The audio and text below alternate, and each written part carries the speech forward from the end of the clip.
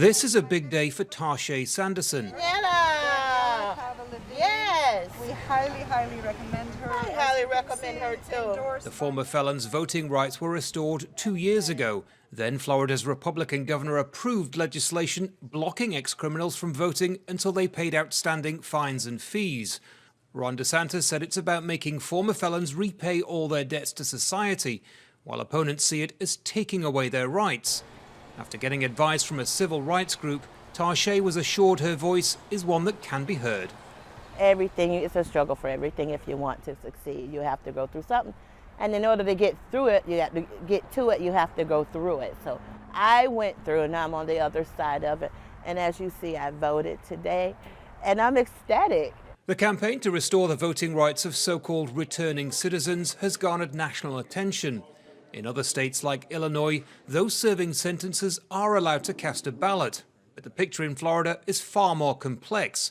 And I'm clicking through a bunch of different case numbers with confusing notations as to what they mean. Lawyers say it's a form of voter suppression that targets the poor and minorities. There's no one-stop shop for getting an answer. It is completely, piecing together a puzzle.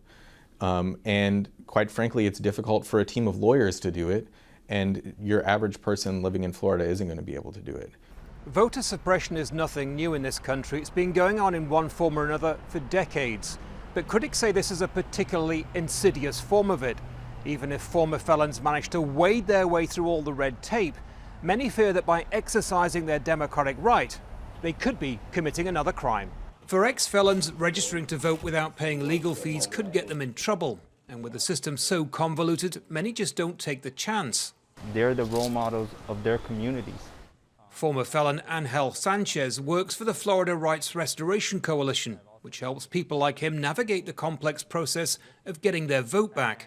He says those who do vote are heroes. That's a real act of bravery.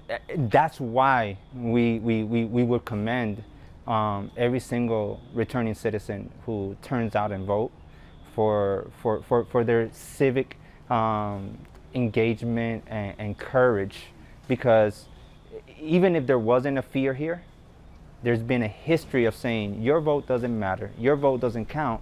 Learn to live with that. According to civil rights groups, the legislation here potentially leaves many ex-felons without a vote. I voted! For those that fight, the simple act of voting isn't something they take for granted. Andy Gallacher, Al Jazeera, Miami, Florida.